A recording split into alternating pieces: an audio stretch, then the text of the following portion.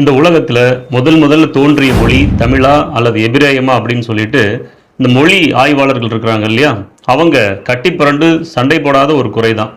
ஆக மொத்தத்தில் அவங்க என்ன ஒரு முடிவுக்கு வந்துக்கிறாங்க அப்படின்னா, தமிழ் அல்லது எபிரேயம் இந்த ரெண்டுல ஒன்று தான் இந்த உலகத்தில் முதல் தோன்றிய மொழியாக இருக்கக்கூடும். இந்த முடிவை யார் சொன்னால் சரியாக இருக்கும் அப்படின்னா, இந்த உலகத்தை படைச்ச கடவுளே சொன்னாதான் சரியாக இருக்கும்.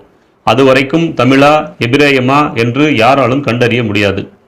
இன்னும் சில மொழிகள் நான் தான் நீதான் என்று சொல்லி முட்டி கொண்டிருந்தாலும் தமிழ் எபிரேயம் இந்த இரண்டும் பெற்றிருக்கிற தொன்மை வேறு எந்த மொழிக்கும் கிடையாது. இந்த வீடியோவுடைய தம்ப்நெயில பார்த்தோன்னே நீங்க ஆச்சரியப்பட்டிருப்பீங்க. அதையும் தாண்டி நம்முடைய பக்கத்து மொழிகளான மலையாளம், தெலுங்கு, கன்னடம் இவைகளின் தாய்மொழி தமிழ்தான் என்பது நமக்கு தெரியும். ஆனால் 500 ஆண்டுகளுக்கு முன்பு வந்த ஆங்கிலத்துக்கும் கூட தாய்மொழி தமிழ்தான் என்பது நமக்கு தெரியுமா? அதற்கான உதாரணங்களாக சில வார்த்தைகளை நம்ம முதல்ல பார்த்துருவோம். அதற்கு முன்குறிப்பாக ஒரு விஷயத்தை சொல்லிவிடுகிறேன். இந்த செய்தியானது தமிழ் மொழிதான் இந்த உலகத்திலே தோன்றிய முதலாவது மொழி என்று நிறுவுவதற்கான செய்தி அல்ல. நாம் தமிழை பற்றியும் எபிரேயத்தை பற்றியும் சில காரியங்களை அறிந்து கொள்வதற்கு இந்த வீடியோ பதிவு உங்களுக்கு பிரயோஜனமாக இருக்கலாம். மேற்கொண்டு பார்ப்போம். ஆங்கில மொழிக்குள் என்னென்ன தமிழ் சொற்கள் இருக்கின்றன? மாங்காய் என்கிற வார்த்தை தான் மேங்கோ என்று மாறி இருக்கிறது. காசு என்கிற வார்த்தை தான் கேஷ் என்று மாறி இருக்கிறது. ஒன்று என்கிற வார்த்தை தான் ஒன் என்று மாறி இருக்கிறது. 8 என்கிற வார்த்தை தான் 8 என்று மாறி இருக்கிறது. வெற்றி என்ற வார்த்தை தான் விக்டரி என்று மாறி இருக்கிறது. வென்று என்கிற வார்த்தை தான் வின் என்று மாறி இருக்கிறது. வாகனம் என்கிற வார்த்தை தான் வேகன் என்று மாறி இருக்கிறது. ஏலக்காய் என்கிற வார்த்தை தான் இலாய்ச்சி என்று மாறி இருக்கிறது. கயிறு என்கிற வார்த்தை தான் காயர் என்று மாறி இருக்கிறது.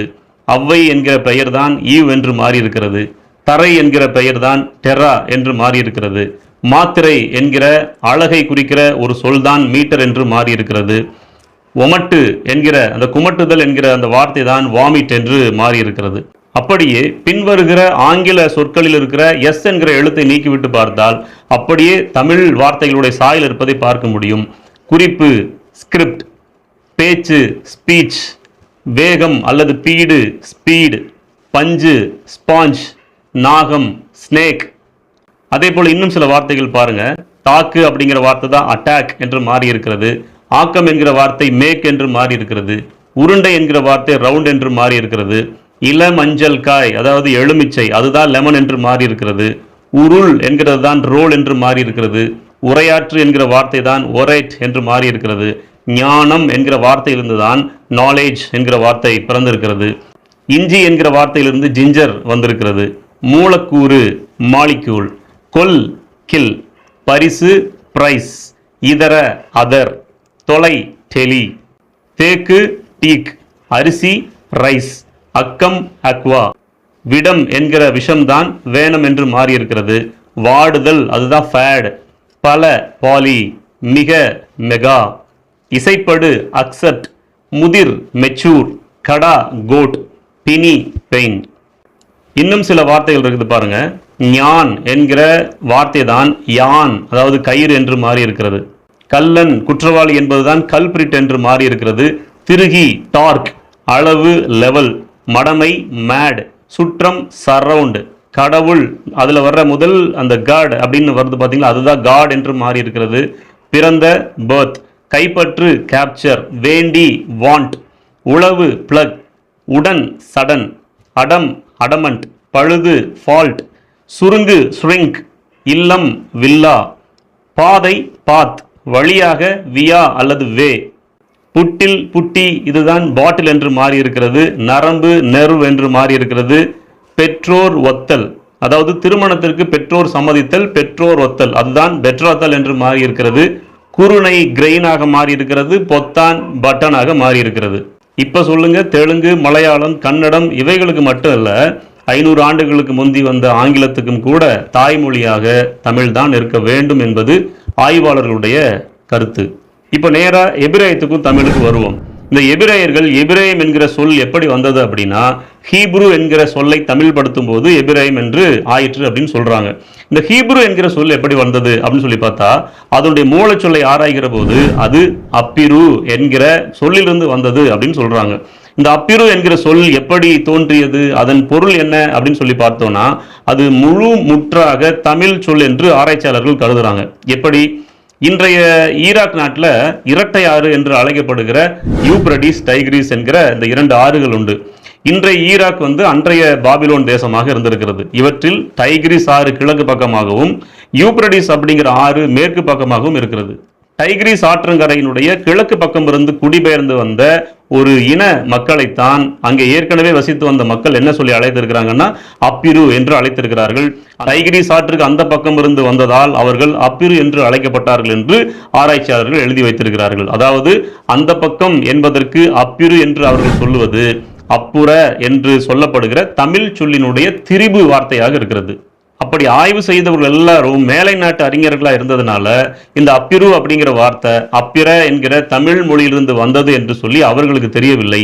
ஆனால் தமிழ் மொழி ஆய்வாளர்கள் எல்லா வார்த்தைகளையும் ஒன்றிணைத்து இரண்டுக்கும் உள்ள தொடர்புகளை ஆராய்ச்சி செய்து பார்க்கும் பொழுது அந்த அப்பிர என்கிற வார்த்தை அப்புற என்கிற தமிழ் வார்த்தையிலிருந்து பிறந்தது என்று சொல்லுகிறார்கள். இதைத்தான் ஹீப்ரு என்று அவர்களை அழைக்கிறார்கள். இப்போ டைக்ரிஸ் ஆற்றினுடைய அப்புறத்திலிருந்து நதிக்கரையில் குடியேறிய மக்கள் சில காலம் கடந்த பிறகு பாபிலோனினுடைய தலைநகராக இருந்த ஊர் என்கிற நகரில் குடியேறினாங்க. இந்த ஊர் நகரத்தை உருவாக்கியவங்க யார் அப்படின்னா சுமேரியர்கள். இன்றைக்கு இருக்கக்கூடிய ஈரான், ஈராக், லெபனான், சிரியா, பாலஸ்தீனம், இஸ்ரேல், அரேபியா, எகிப்து ஆகிய பகுதிகளில் வாழ்ந்திருந்த வரலாற்று காலத்துக்கு முந்தைய மக்களை பற்றிய தெளிவான வரையறையோ வரலாறோ இதுவரை யாரும் கண்டறிந்து சொல்லவில்லை. குறிப்புகளை மட்டுமே கொடுக்குறாங்க. ஆனால் சுமேரிய மக்கள் உருவாக்கிய பாபிலோனிய நகரம் கிமு 3000 ஆண்டுகளில் செழித்தோங்கி வளர்ந்து நின்றது என்பதை வரலாற்று ஆராய்ச்சியாளர்கள் தெளிவுபடுத்தி இருக்கிறாங்க. சுமேரியர்களுக்கு முன்பு அங்கே செமிட்டிக் இன மக்கள் இருந்ததாகவும் அந்த குறிப்புகள் எழுதி வைத்திருக்கிறாங்க. இந்த செமிட்டிக் இனம் எங்கிருந்து வந்தது, அவர்கள் என்ன மொழி பேசினார்கள் என்பது யாருக்கும் தெரியாது. காலப்போக்கில் சுமேரிய இனமும் செமிட்டிக் இனமும் கலந்த போது ஒரு புதிய மொழி உருவாகி இருக்கிறது. அதை அக்காடிய மொழி என்று சொல்லி அழைக்கிறார்கள். இவர்கள் அப்புறத்திலிருந்து வந்த ஹீப்ரு மக்கள் ஊர் நகரில் குடியேறி அந்த இனம் பழுகி பெருகும் போது ஏற்கனவே அங்கே வாழ்ந்திருந்த சுமேரிய மக்கள் செமிட்டிக் இன மக்களோடு கலந்த போது அப்புறத்து மக்கள் பேசிய மொழி சுமேரிய மொழி செமிட்டிக் மொழியுடன் கலந்து புதிய மொழி உருவான போது அதை எபிரேய மொழி அதாவது ஹீப்ரு என்று தனிமைப்படுத்தி கொண்டார்கள். அப்போ ஏற்கனவே அவங்க பேசிய மொழி ஒன்று, அங்கே இருந்த மொழி ஒன்று, இரண்டும் கலந்து ஹீப்ரு என்று அழைத்து விட்டார்கள். இப்படி கிறிஸ்துவுக்கு முன்னால 3000 ஆண்டுகள்ல மத்திய தரைக்கடலை ஒட்டிய கிழக்கு பகுதியில் பேசப்பட்ட இத்தனை மொழிகளும் ஒன்றுக்கொன்று தொடர்புள்ளவை. இந்த மொழிகளை பேசிய மக்கள் மிகச்சிறந்த நாகரிகத்தில் செழித்தோங்கி வாழ்ந்திருக்கிறார்கள். மிக முக்கியமா கிமு 3000 ஆண்டுகளிலேயே வரி வடிவத்திலேயே இலக்கியங்களை படைத்திருக்கிறார்கள். அதிலும் குறிப்பா சுமேரியர்கள் ஆப்பெழுத்து என்று சொல்லத்தக்க களிமண் தட்டுகளில் தங்களுடைய எழுத்தாக்கங்களை எழுதி வைத்திருக்கிறார்கள். இந்த சுமேரிய வரி வடிவங்களும் சிந்து வெளியின் வரி வடிவங்களும் ஒன்றுதான் என்பது ஒரு சில ஆராய்ச்சியாளர்களுடைய முடிவாக இருக்கிறது. ஏற்கனவே நான் பல வீடியோக்கள்ல குமரி கண்டம் என்று சொல்லியிருக்கிறேன் பாத்தீங்களா. இந்த குமரி கண்டத்தில் தோன்றிய தமிழர்கள் தான் அந்த குமரி கண்ட அழிவுக்கு பிறகு சிந்து வெளியில் குடியேறிய தமிழர்களாக இருக்கிறாங்க. அங்கே ஒரு நகரிய நாகரிகத்தை வளர்த்து வாழ்ந்து வந்திருக்கிறாங்க. பின்பு சிந்துவெளி மக்களுடைய ஒரு பகுதி மக்கள் புலம்பெயர்ந்து சென்று பாபிலோன் மற்றும் ஊர் நகர நாகரிகத்தை உருவாக்கி வாழ்ந்திருக்கிறார்கள். இப்படி சிந்துவெளியிலிருந்து புலம்பெயர்ந்து சென்ற தமிழ் இனமே சுமேரியர், யூதர், பொனிசியர் போன்ற மேலை நாட்டு மக்களினமாக மாறியிருக்கிறார்கள். இதற்கு சிந்துவெளி சுமேரிய நாகரிகங்களின் வரி வடிவங்கள் ஒத்துப்போவதை மட்டும் நாம் சான்றாக எடுத்துக்கொள்ள முடியாது.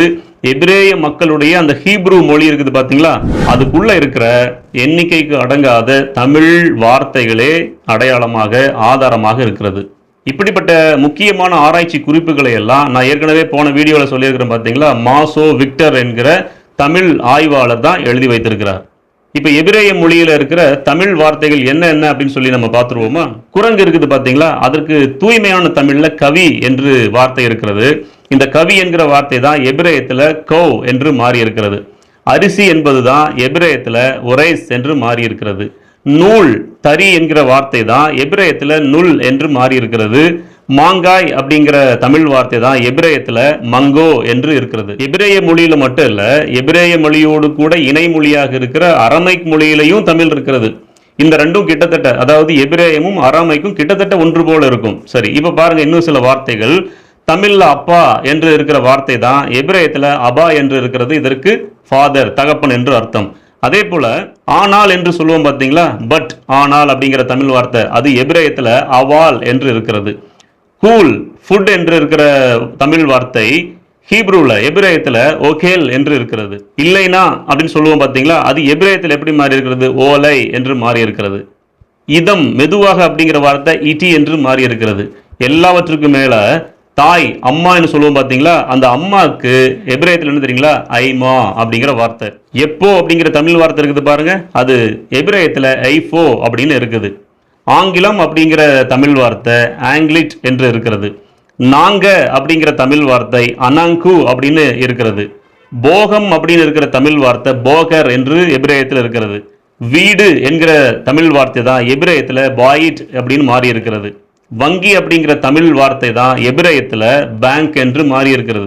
இப்படி எபிரேய மொழியில் இருக்கிற ஒரு சில தமிழ் வார்த்தைகளை தான் உங்களுக்கு முன்பாக வைத்திருக்கிறேன். அதை பற்றி ஒரு நீண்ட நெடிய பட்டியல் இருக்கிறது. எபிரேய மொழிக்கும் அரமைக் மொழிக்கும் தொடர்புள்ள தமிழ் மொழிகளை பற்றிய ஒரு நீண்ட பட்டியல் இருக்கிறது.